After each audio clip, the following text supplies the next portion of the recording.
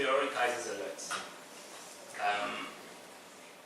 There are two problems we're trying to face. The first one is that current systems normally display the alerts in a very old-fashioned way. They were designed to show a single alert and lots of detail.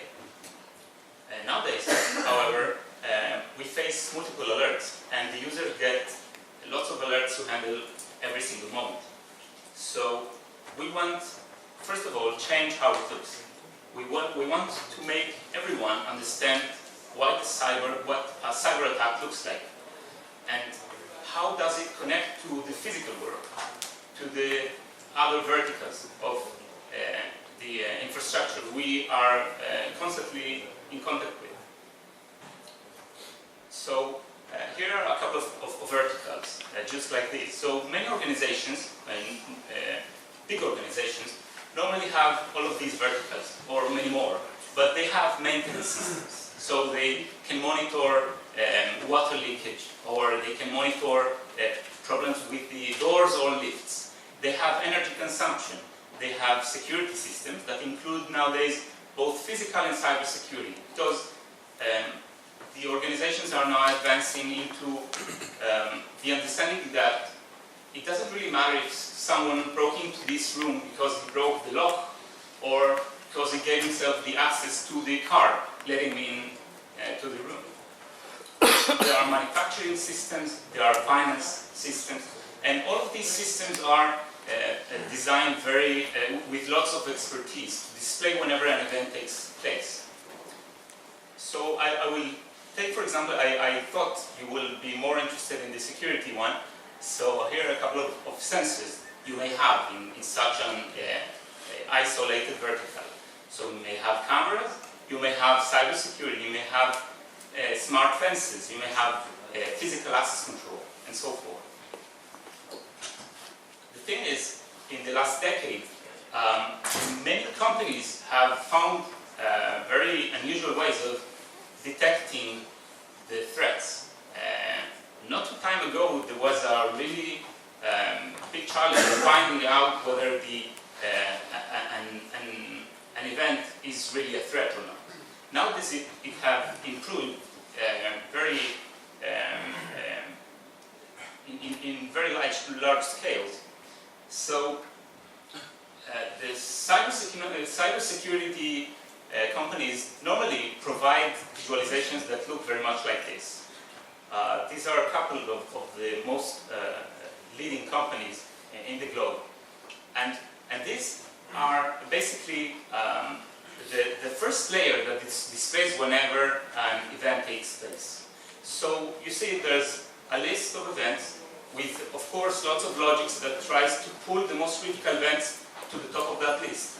But that's it. You need to understand what is going on. So many companies have tried to create maps or sequential timelines to translate this into priority or some tool we can use.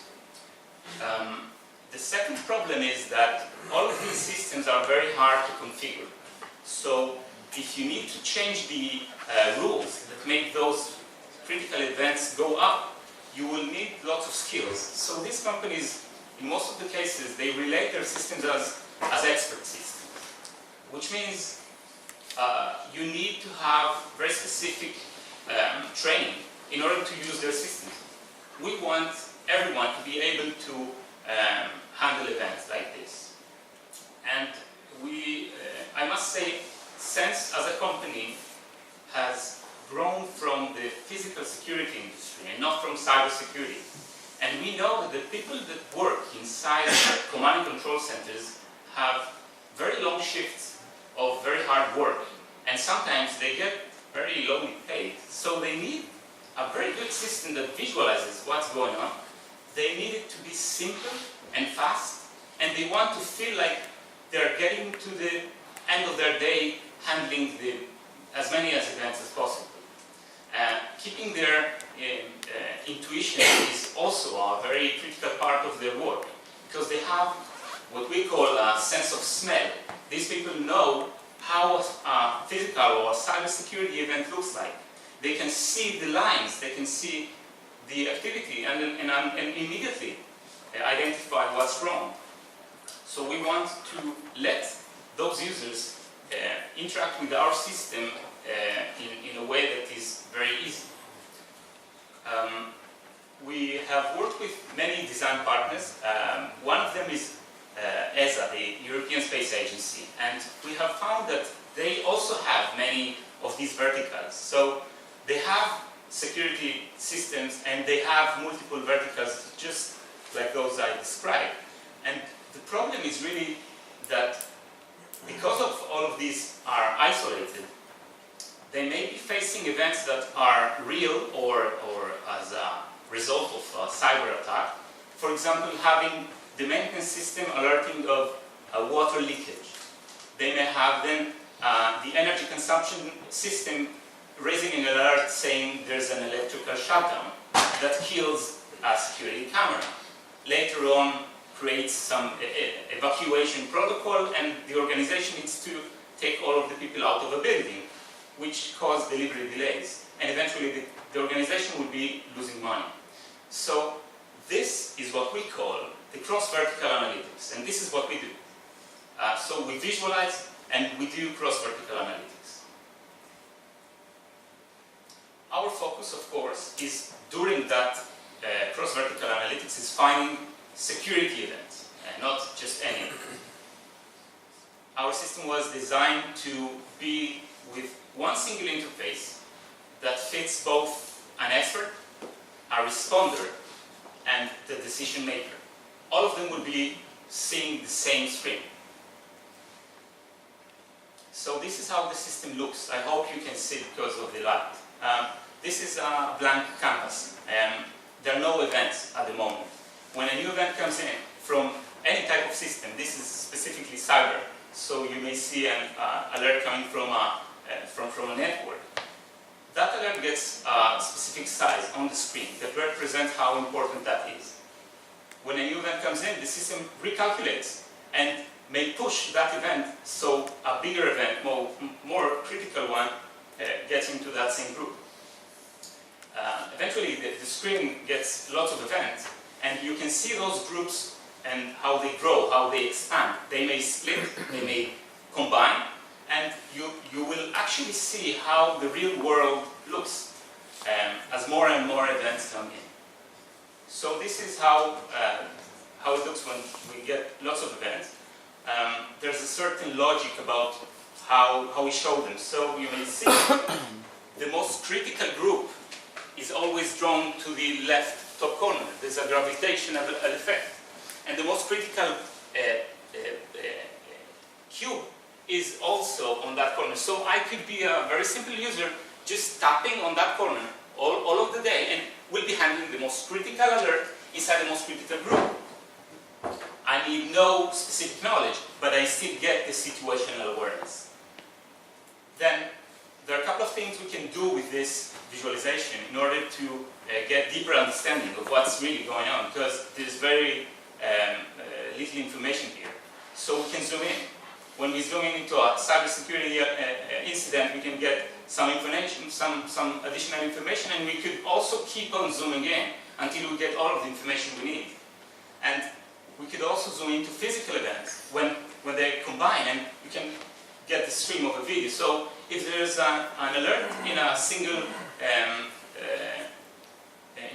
location in a facility, whether there's someone putting a USB stick inside a computer or doing some physical damage, you will get that camera looking at that specific place, so you can target if there's a human being there or is it a cyber attack on just a split of a second. Then you could also zoom out, because we have built this system by watching lots of SOCs, lots of command and control centers, and we understand that even in some times at night, for example, organizations tend to have not so much personnel as during daytime.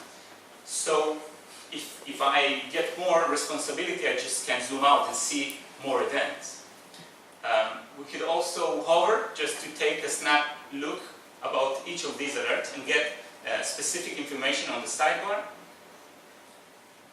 And of course, if I choose to further explore, I can zoom in or click it and get more actions.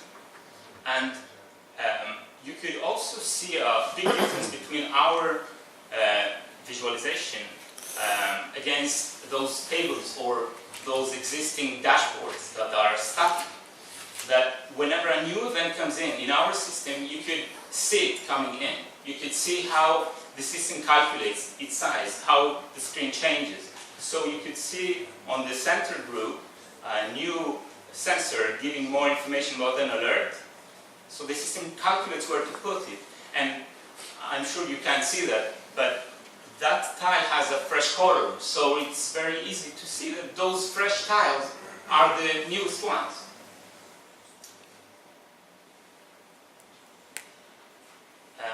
Then there are a couple of things we do to handle these alerts. We know that in some cases the user knows better than an algorithm what to do, and we want to combine both the computing power of these algorithms in terms of quantity of data and still let the people do simple tasks. So they could, for example, take one of these alerts out. They can discard it, and as you can see, when I take it out, I can see how that tile, how that group changes. So I could make my decision or maybe take it back and just draw it back to the screen if I think I'm doing some damage. Then I could discard an event, I could calibrate a sensor or define a rule, and I could also snooze an event, which is something quite new, because in many cases, those people working in a command and control center, they don't really understand the meaning of a single alert until they get a new one related to that. So that is exactly what we do. We enable him to snooze an event, meaning I don't know what to do without that. Next time something happens and it's connected to this alert, please bring them both back. And they most probably will be in the same group as they come back.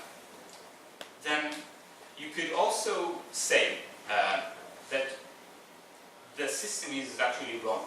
You could tell the system, as an experienced user, that the algorithm is completely wrong. And for example, the group on the right, on the top corner, and the one on the left are the same group. This is the same event. So you just could teach the system by dragging one to the other. And that's it. You don't need to explain why. The system will be the one trying to find out what is the reason these two groups were connected. You could also, of course, change the priority of the group, so you could resize, very much like Windows or Mac. So you could resize, the system will calculate where to put it. And there's two more things I will show you. One of them is collaboration using this system. Normally, collaboration is very much about emailing or passing messages. So let's say I have a colleague and I want to provide him with a task. I would send him an email with a subject, or and of course he will be seeing my name and the subject, and even before opening that alert, he will be deciding whether I am reliable or not, if they should handle that event or not, because we are human beings. And based on what he understands about me, he will decide how important that is, and that is a mistake in terms of organization. So we enable collaboration in a more advanced way. We have what we call the flight hours mechanism that tracks the activity of all of the users, so we know how experienced they are. And I could choose any of these collaborators from that list and stick their name into a specific task, a specific incident actually. I could stick their name also to a group. And this is not so innovative, right? The innovation comes when I get a new task from somebody else. So, for example, Jenny from there is going to give me a task, and this is how the screen looks. So, even before understanding what's inside that group, inside that task she gave me, I see how important that is, because if it was the most critical one for me to handle, it was over here, but it's not. Or if it was the second in priority, it would be here, but it's not. if it was the least one, it would be here. So even without compromising the information about what that incident is, I still understand how critical that is. Of course, just like in real world situations, Jane could give me a call and say, okay, Gabi, I need you to help me. Please take a look in that group. So I would still be able to go into that group, get information, but from that point, I am also responsible. I have taken responsibility of that task. If I didn't, that task could have been passed to the next available person in our organization. The last thing to show you is how this helps decision makers using the same visualization. We believe that in some cases, a user may make some of these groups or alerts bigger or smaller because he understands the situations better. But as an organization, the manager knows what the policy means, what kind of events he wants his people to handle next. So he could zoom out and see, of course, any of these levels, this one as well, but also zoom one level more and see how it affects the organization. Now, these calculations are not accurate, of course. They only take a certain amount of data to try to understand how critical they are. And in some cases, the size of an event is not equal to the amount of money there. So you can see, for example, there's an event here, 110K. Underneath it, an event of $200 of worth. So how come that event is bigger? Because the manager of this organization had decided that no matter how much financial damage that it costs, he wants his people to handle this first because of the image of his organization, maybe because he knows something that the system doesn't have information about. So he could just resize, and that's exactly what you see there. He just resized one of these tiles. So at any given moment, this screen is alive, right? You would always see changes. And the manager could take this screen and change the priorities on that moment. When he does, all of his people will be given with a new visualization completed, will recalculate everything they see until it fits his policy. So the policy is not given once a week or once a day, it's given on real time. So if I have currently a very critical event I want everybody to be on, I will just make it bigger. That's it.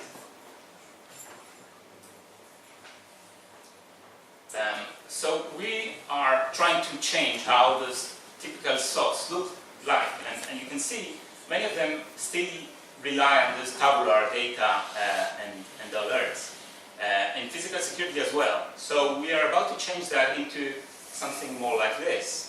That, by the way, this is our new visualization. It looks a little bit different, but what we have done is, beside everything I told you about, we have integrated widgets. So, for example, you have a widget we call Pulse. So at any given moment, you could see what was the last critical peak of activity in your organization, how time ago was it, and how big was the peak. So the manager of the organization would be actually not troubled looking at a specific alert, but watching these widgets. We could also show stamina. That is something we refer as when you get more incoming events than people you can use to handle these events. So you can understand whether you're over capacity or not. For physical security, we also provide some tools to estimate volume and how many people are inside a specific building at the moment. So it helps estimate the damage. So this is sense.